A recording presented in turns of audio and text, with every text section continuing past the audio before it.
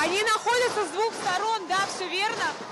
На самом деле вот этот устрашающий жест очень часто его используют силовики. Я такое видела и в Минске. Вот этот шум как бы должен напугать. А посмотрите на эту картинку. Люди аплодируют. Маша, извини, я тебя прерываю. Люди аплодируют, протестующие не расходятся. Они аплодируют в ответ на этот страшный бой в щиты, который сейчас, которым пытаются испугать протестующих ОМОНовцы.